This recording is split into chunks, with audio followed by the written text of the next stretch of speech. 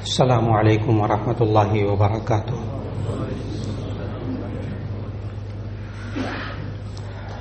نحمده ونصلي على رسوله الكريم، اما بعد فاعوذ باللہ من الشیطان الرجیم، بسم اللہ الرحمن الرحیم۔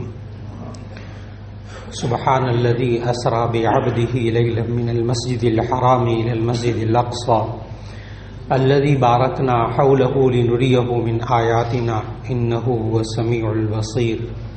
صدق اللہ العظیم۔ اللہ رب العزت نے انسانوں کی ہدایت کے لیے انبیاء علیہ السلام کو بھیجا، اور پہلے انسان سے لے کر آخری انسان تک، قیامت تک آنے والے آخری انسان تک کوئی دور ایسا نہیں گزرا کہ جس کے لیے اللہ تعالیٰ نے ہدایت کے لیے، رہنمائی کے لیے کسی نبی کو نہ بھیجا۔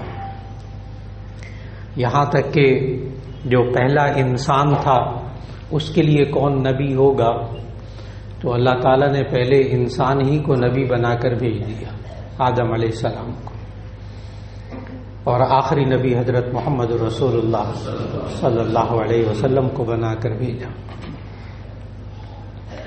جب ہم قرآن مجید کی تلاوت کرتے ہیں، ترجمہ پڑھتے ہیں، اس کو سمجھتے ہیں، تو معلوم ہوتا ہے کہ اللہ تعالیٰ نے مختلف انبیاء کو مختلف معجزے عطا فرمائے ہیں۔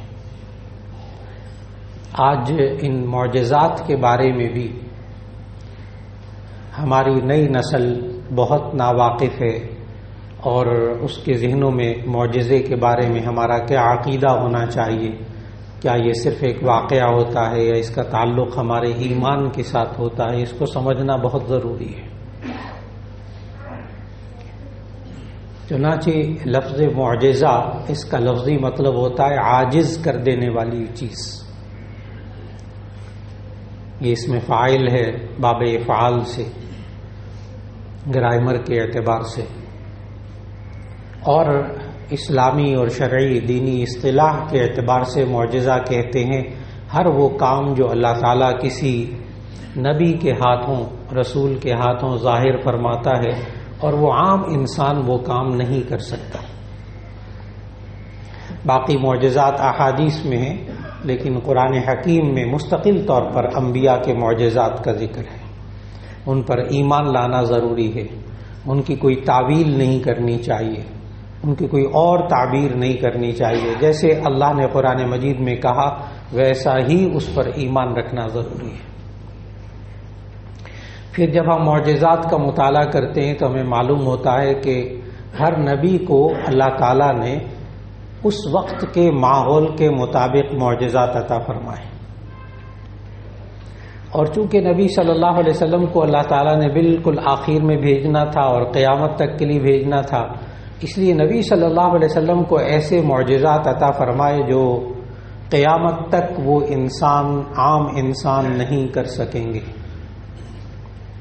تاکہ وہ معجزہ رہے، کیونکہ معجزے کی تعریف، اس کی ڈیفینیشن یہی ہے کہ عام انسان اس کو نہ کر سکے۔ اللہ تعالیٰ اپنے بندوں کے ہاتھوں، اپنے مخصوص بندوں یعنی انبیاء کے ہاتھوں اس کو ظاہر کرواتا ہے۔ اور میں نے عرض کیا کہ قرآن مجید کا جب آپ مطالعہ کریں گے تو آپ کو معلوم ہوگا کہ ہر دور میں جو ضروریات، جو جس چیز کا لوگوں کے ذہنوں پر بہت زیادہ ایک بھوت سوار ہوتا ہے، ایک لوگ اس چیز کو وزن دیتے ہیں، لوگ اس کو مانتے ہیں، اس چیز کو، اسی چیز کے بارے میں معجزات اللہ تعالیٰ عطا فرما دیتے ہیں۔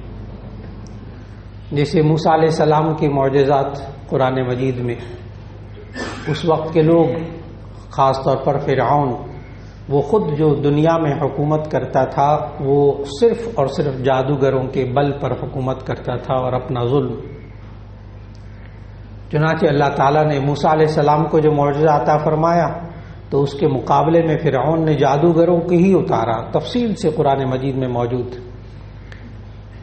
کہ جب موسیٰ علیہ السلام نے اللہ کی دعوت دی، دین کی دعوت دی کہ اللہ ایک ہے اور اس کے ساتھ کوئی شریک نہیں ہے، اور تم ان کی بات کو مانو جو میں لے کر آیا ہوں دین اللہ کی طرف سے، تورات کو مانو، تو اس نے جواب میں جادوگروں کو اتارا۔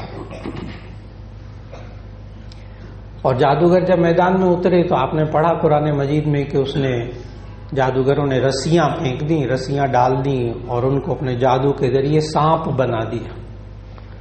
اللہ تعالیٰ نے موسیٰ علیہ السلام کو کہا القی عصاک، آپ اپنی لاٹھی جو ہے جو ہاتھ میں پکڑی ہوئی ہے یہ زمین پر ڈال دیں، فَإِذَا هِيَ تَلْقَفُ مَا يَأْفِكُونَ، تو وہ سانپ بن کر سارے سانپوں کو نگل گئی۔ میں بہت مختصر کر رہا ہوں تفصیل سے قرآن مجید میں تاکہ میں اصل موضوع کو عرض کر سکوں۔ تو وہ ایک لاٹھی سانپ بن کر سارے سانپوں کو نکل گئی۔ آگے قرآن مجید کے الفاظ یہ ہیں فَأُلْقِيَ السَّحَرَةُ سَاجِدِينَ، سارے جادوگر سجدے میں پڑ گئے۔ یہ ایک دم کیا ہوا؟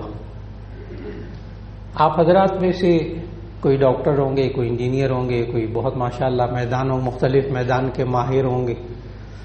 آپ کے سامنے اگر کوئی انسان آئے نا اپنی مہارت دکھائے تو آپ فوراً سمجھ جاتے ہیں کہ میرے میدان کا بندہ ہے کہ نہیں، میری فیلڈ کا بندہ ہے کہ نہیں، ایک دم سمجھ جاتے ہیں۔ بالکل اسی طرح جادوگروں کی رسیوں کو جب وہ ایک لاٹھی کھا گئی نا تو جادوگر اپنے جادو میں ماہر تھے،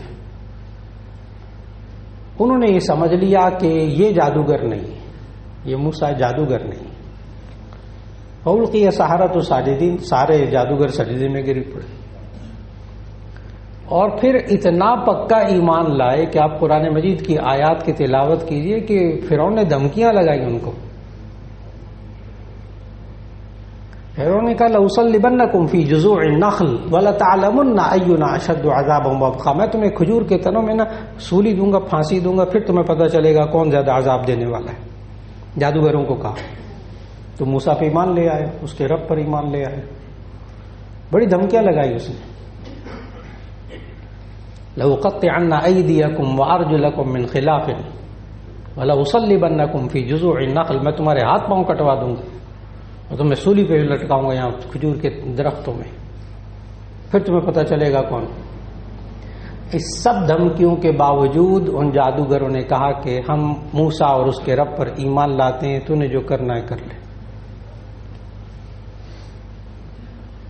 اللہ تعالیٰ نے اس دور کے مطابق موسیٰ علیہ السلام کو معجزہ عطا فرمایا جادوگروں کا مقابلہ کرنے کے لیے۔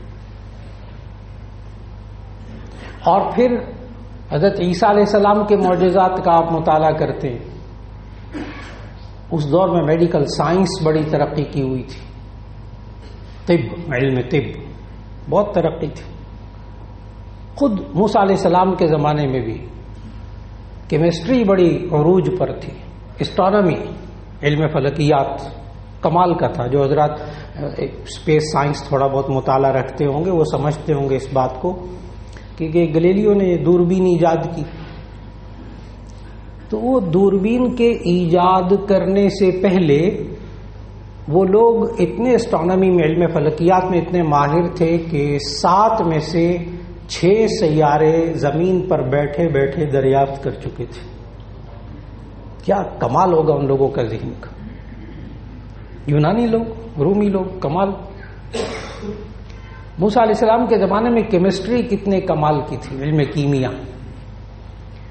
کہ موسیٰ علیہ السلام کے زمانے میں وہ جو فرعون غرق ہوا اور اس کی لاش کو ممی بنایا، ممی اسٹف کو نہیں کہتے، اسٹف کا آپ کہتے ہیں کہ کسی جانور کو شکار کرتے ہیں تو اس کے اندر سے گوشت ووشت نکال کے اس کی کھال میں بھوسا بھر دیتے ہیں، توڑی چوڑی بھر کے، تو اس کو پھر سی کر وہ بناتے ہیں، اس کو آپ اسٹف کرنا کہتے ہیں۔ ممی اور چیز ہے، ممی یہ کہ اصل جسم کو محفوظ کر دیا جائے۔ تو انہوں نے مسالے لگا کر فرعون کی لاش پر، آج بھی موجود ہے، آج بھی فرعون کی لاش، وہ اس فرعون کی لاش آج بھی موجود ہے، اصل پٹیاں لپیٹ لپیٹ کر مسالے لگا لگا کر اس کی لاش کو محفوظ کیا، آج بھی فرعون کی لاش محفوظ ہے۔ اور جو حضرات پیتھالوجی اور کیمسٹری پڑھتے ہیں تو وہاں وہ ایک چیپٹر پڑھتے ہیں کہ سائنس کتنی ترقی کر چکی، پیتھالوجی، یعنی ایک چیز کا جز نکال کر اس کے بھی اجزاء معلوم کر لیتے ہیں اس کے اندر کیا کچھ ہے۔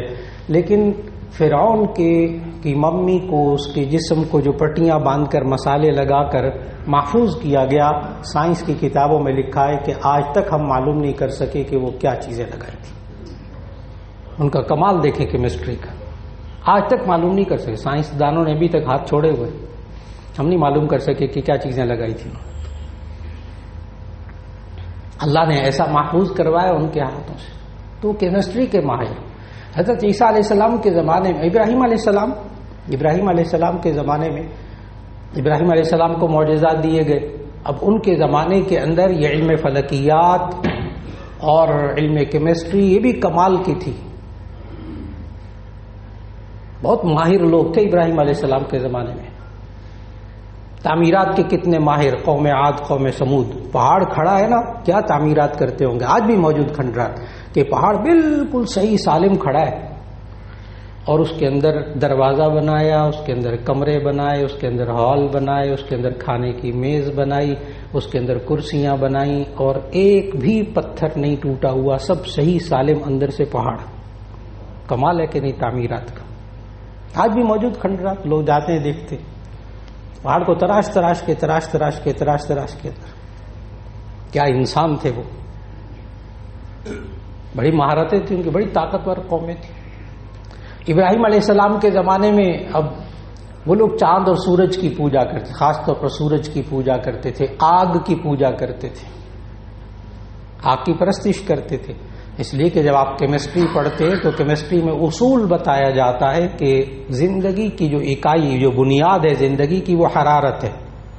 جہاں دنیا میں حرارت نہیں ہوتی وہاں زندگی بھی نہیں ہوتی. قطب شمالی، قطب جنوبی کے علاقوں میں جہاں سورج کی روشنی نہیں ہوتی وہاں پانی میں مچھلیاں بھی نہیں ہیں، زندگی نہیں ہے وہاں. زندگی کے لیے حرارت چاہیے.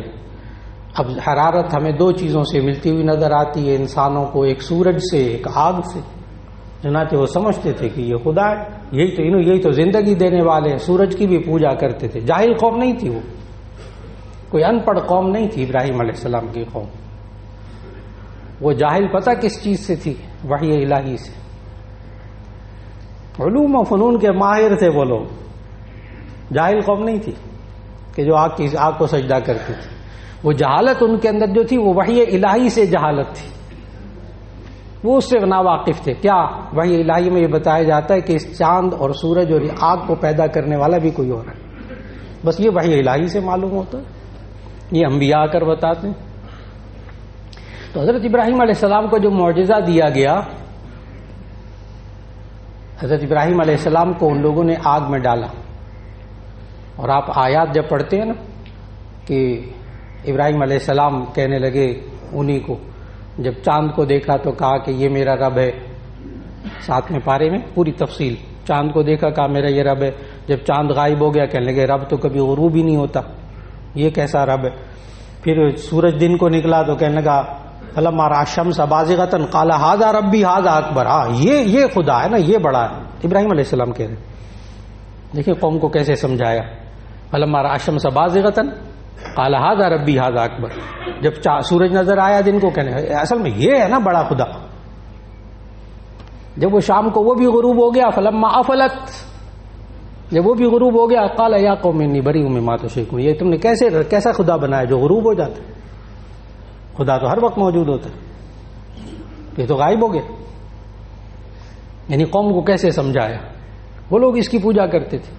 اس کے بعد اس قوم نے کیا حضرت ابراہیم علیہ السلام کے ساتھ. ابراہیم علیہ السلام کو آگ میں ڈالا. کئی دن تک نمرود نے، بادشاہ تھا اس وقت وہ، تو کئی دن تک آگ کو بھڑکایا گیا، اس میں آگ میں ڈالا گیا اس کو.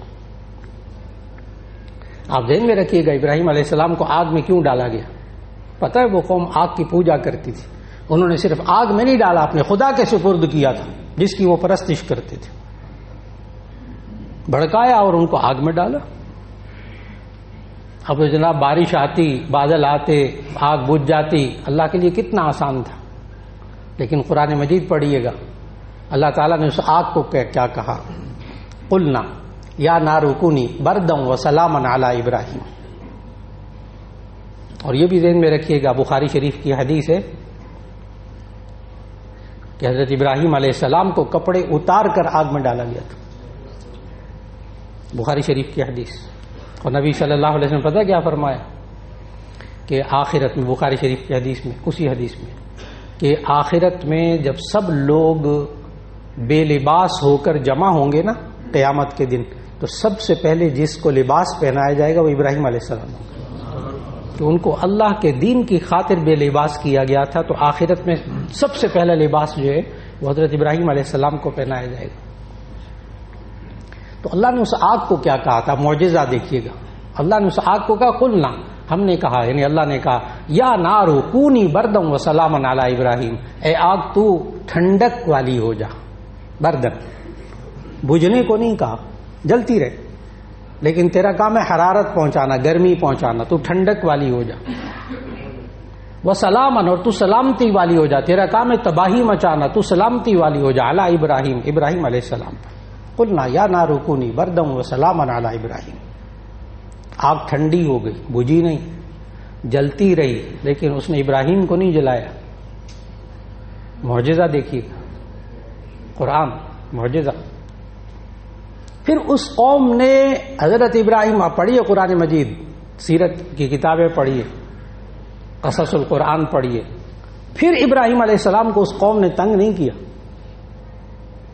پھر اس قوم نے ابراہیم علیہ السلام کو ستایا نہیں، کیونکہ انہوں نے اپنے خدا کے سپرد کیا تھا، اس نے تو کچھ کہا نہیں، وہ زندہ سلامت باہر نکلے، کئی ہفتے رہے اس میں آگ میں، جب زندہ سلامت باہر نکلے تو اس قوم نے پتہ کیا کہا؟ قرآن مجید کے الفاظ کا ترجمہ، آپ یہاں سے تشریف لے جائیں، آپ یہاں سے تشریف لے جائیں۔ انہوں نے نکال دیا، اپنے علاقے سے نکال دیا، کچھ کہا نہیں، تکلیف پھر نہیں پہنچائی، کیونکہ ان کے خدا نے ان کو تکلیف نہیں پہنچائی تھی، یعنی آگ میں جس کی وہ پرستش کرتے تھے۔ عیسیٰ علیہ السلام کا وقت آیا تو عیسیٰ علیہ السلام کو اللہ تعالیٰ نے، اس دور میں میڈیکل سائنس بڑی ترقی یافتہ تھی، آپ جب پڑھیں گے عیسیٰ علیہ، نبی صلی اللہ علیہ وسلم سے، نبی صلی اللہ علیہ وسلم جب تشریف لائے ہیں تو اس وقت جو یہ ہمارا اب 2023 چل رہا ہے، جو کیلنڈر چل رہا ہے، اس کے مطابق نبی صلی اللہ علیہ وسلم اپریل سن 571 عیسوی کو پیدا ہوئے، اپریل کے مہینے میں، اور 571 عیسوی، اور عیسوی جو ہے وہ شروع ہوئی ہے حضرت عیسیٰ علیہ السلام کی پیدائش سے، تو اس کا مطلب یہ ہوا کہ حضرت عیسیٰ علیہ السلام کو اس وقت 570 سال ہو چکے تھے، تو اس وقت بڑا میڈیکل سائنس اور آپریشن یہ عروج پہ تھے۔ اللہ تعالیٰ نے عیسیٰ علیہ السلام کو کیا معجزہ دیا؟ قرآن مجید کے الفاظ، ابرئ الاکمہ والابرص باذنہ، اکمہ مادرزاد نابینا، یعنی پیدائشی نابینا، اس کی آنکھوں پر ہاتھ پھیرتے تھے، وہ اللہ اس کی بینائی کو ٹھیک کر دیتا تھا، قرآن مجید۔ والابرص، برس میں مبتلا شخص اس کے جسم پر ہاتھ پھیرتے تھے وہ ٹھیک ہو جاتا تھا، اس دور کے معجزات، ماننے والوں نے مانا۔ اور عیسیٰ علیہ السلام کے بعد آخری نبی، عیسیٰ علیہ السلام کے بعد پھر اور کوئی نبی نہیں، حضرت محمد صلی اللہ علیہ وسلم، اللہ تعالیٰ کے آخری نبی تشریف لائے، اور آخری نبی صلی اللہ علیہ وسلم کو اللہ تعالیٰ نے جو معجزات عطا فرمائے، وہ قیامت تک کوئی انسان اس معجزے کو نہیں کر سکے گا، اس کام کو نہیں کر سکے گا۔ یہ قرآن حکیم بھی معجزہ، قرآن حکیم خود معجزہ، اعجاز القرآن، اس پر کتابیں لکھی گئی کہ قرآن حکیم کیسا معجزہ ہے، تاثیر کے اعتبار سے معجزہ، الفاظ کے اعتبار سے معجزہ، حفاظت کے اعتبار سے معجزہ، عمل کے اعتبار سے معجزہ، اور اس جیسا کلام انسان نہیں کر سکے۔ کوششیں ہوئی ہیں، اچھا کوششیں ہوئی ہیں، لوگ بڑے بڑے کلام کہتے تھے قرآن مجید کے مقابلے میں، اور اس کو بیت اللہ پہ لٹکاتے تھے، شاعر سے اس وقت کے بڑے بڑے، انا اعطینا کل کوثر، اس کے چھوٹی سی صورت کے مقابلے میں اللہ نے کہا ایسی صورت بنا کر لے کر آؤ، تو اس وقت کے شاعر نے یہ سورۃ الکوثر کے مقابلے میں صورت لکھی، سورۃ الفیل کے مقابلے میں الم تر کیف فعل ربک، اس کے مقابلے میں صورت بنائی اس نے، شاعر نے۔ اور پتہ ہے اس وقت کے شاعر نے بخاری شریف کی احادیث، ترمذی کی احادیث، ان شعراء نے خود پھاڑ دی کہ نہیں یہ اس کے مقابلے کا کلام نہیں، معجزہ۔ بیت اللہ کی دیواروں پر وہ 7 قصیدے لٹکائے ہوئے تھے قرآن کے مقابلے میں، آج وہ اردو بازار میں سارے 7 قصیدے جن کو سبع معلقہ کہتے ہیں، ہمارے یہاں درس نظامی میں مدارس میں باقاعدہ عربی ادب کا بہت بڑا ذخیرہ ہے، وہ 7 قصیدے جو لٹکائے تھے وہ آج بھی موجود ہیں، لیکن اس وقت کے شاعر کہتے تھے کہ یہ قرآن کے مقابلے میں نہیں ہے، قرآن حکیم معجزہ۔ اسی طرح اللہ تعالیٰ نے نبی صلی اللہ علیہ وسلم کو یہ معراج کا معجزہ عطا فرمایا، جس کا ذکر اللہ تعالیٰ نے 2 جگہ قرآن مجید میں کیا، سبحان الذی اسریٰ بعبدہ 15ویں پارے کے آغاز میں، اور پھر سورۃ النجم کے اندر پہلے رکوع میں سبحان الذی اسری بعبدہ لیلا من المسجد الحرام الی المسجد الاقصی، پاک ہے وہ ذات جو اپنے رب اپنے بندے کو لے گئی راتوں رات مسجد حرام سے مسجد اقصی تک. وہ رب اپنے بندے کو مسجد حرام سے مسجد اقصی تک لے گیا راتوں رات. اس کو کہتے ہیں اسرا، رات کے وقت سفر کرنا. اس دور کے اندر 40 راتوں کا سفر تھا اونٹوں پر مسجد حرام سے فلسطین تک، بیت المقدس تک 40 راتوں کا سفر. جو پتہ ہے کتنی دیر میں ہوا تھا کہ جہاں سے اپنے پھوپھی کے گھر سے نبی صلی اللہ علیہ وسلم روانہ ہوئے تھے نا، دروازہ بند کیا. احادیث تو وہ دروازہ بند کیا تو اس کی کنڈی ہل رہی تھی. جب واپس آئے تو کنڈی ہل رہی تھی. حدیث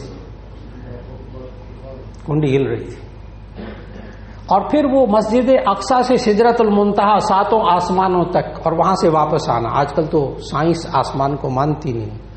کسی سائنس کی کتاب میں لفظ سکائے آپ کو نہیں ملے گا. آسمان کسی سائنس کی کتاب میں نہیں ملے گا کبھی بھی، اس لیے کہ وہ خلاف نہیں ہے. وہ کہتے ہیں ہمارا تجربہ، سائنس ہے تجربے اور مشاہدے کا نام. سائنس بری چیز نہیں ہے، نہ میں اس کی برائی کر رہا ہوں. سائنس تو تجربے اور مشاہدے کا نام ہے، خیالی باتوں کا نام نہیں ہے، اندیکھی باتوں کا نام نہیں ہے. ان کا تجربہ مشاہدہ ہوا ہی نہیں. سائنسدانوں کا آسمان گئے نہیں ہے، دیکھا نہیں ہے. اور نبی صلی اللہ علیہ وسلم، یہ سکائی جو ہے نا انگلش کا لفظ، یہ انگلش لٹریچر کا لفظ ہے، سائنس کا نہیں ہے. کیونکہ آپ کے ذہن میں آئے گا پھر یہ انگلش میں کہاں سے آیا. جی انگلش لٹریچر کا لفظ، سائنس کا نہیں ہے. اوپر اسپیس ہے، خلا ہے. چنانچہ اس دور کے بھی لوگ جو تھے قریش مکہ، جب نبی صلی اللہ علیہ وسلم نے آ کر باتیں بتائیں تو انہوں نے یہی کہا تھا کہ آپ خود گئے، کیونکہ پہلے کبھی نہیں گئے تھے. بخاری شریف کی حدیث کہ نبی صلی اللہ علیہ وسلم نے جب آ کر یہ واقعہ بتایا تو ان کفار کے ذہنوں میں بھی خواب نہیں تھا، جسمانی واقعہ ہونے پر اشکال تھا. خواب ہوتا تو کوئی مسئلہ ہی نہیں تھا نا. نبی صلی اللہ علیہ وسلم فرماتے ہیں جب قریش نے الٹے سیدھے سوالات شروع کر دیے، بخاری شریف میں وہ سوالات موجود. اچھا آپ مسجد اقصی گئے تھے تو اس کی کتنی کھڑکیاں ہیں، کتنے دروازے ہیں، کتنے ستون ہیں. آپ بھی کوئی 30-40 سال بھی اگر ہو گئے ہو نا کسی صاحب کو ای بلاک کی مسجد میں جمعہ پڑھتے ہوئے، نمازیں 5 وقت پڑھتے ہوئے نا، تو کسی دن ایک گھر والوں نے پوچھ لیا نا کہ آپ ای بلاک میں جو نماز پڑھتے ہیں؟ میں پڑھتا ہوں، 40 سال سے پڑھ رہا ہوں. آپ سے پوچھے کتنی کھڑکیاں ہیں، کتنے دروازے ہیں، سوال ہی پیدا نہیں ہوتا. ہم کھڑکیاں دروازے تو گننے نہیں آتے، نماز پڑھتے چلے جاتے. لیکن ان کے سوال یہ تھے کہ آپ فزیکلی گئے تو بتائیں وہاں کتنی کھڑکیاں کتنے دروازے. بخاری شریف کی حدیث، نبی صلی اللہ علیہ وسلم حتیم، وہ خانہ کعبہ کے جو اونچی دیوار ہے تھوڑی سی جگہ چھوڑی، تو وہ حتیم کے اوپر کھڑے ہو گئے اور نبی صلی اللہ علیہ وسلم فرماتے ہیں کہ اللہ تعالیٰ نے بیت المقدس کو، مسجد اقصی کو میرے سامنے کر دیا، اور وہ لوگ سوالات کرتے تھے میں جوابات دیتا تھا. اس لیے ہمارے ایمان کا تعلق کیا کہ معراج معجزہ ہے، اور ہمارا ایمان ہے کہ نبی صلی اللہ علیہ وسلم اپنے جسم اطہر کے ساتھ تشریف لے گئے. آج اتنی بات یہاں مکمل کر رہا ہوں. آئندہ نشست میں پھر نبی صلی اللہ علیہ وسلم نے اس معراج کے سفر میں کیا کیا دیکھا، اور کتنی مستند باتیں جن پر ہمیں یقین رکھنا چاہیے، اور کون سی باتیں غیر مستند کہ جن پر ہمیں یقین نہیں رکھنا چاہیے. اللہ رب العزت ہمیں ان معجزات پر قرآن و سنت کی روشنی میں ایمان لانے کی توفیق دے. وآخر دعوانا ان الحمد للہ رب العالمین.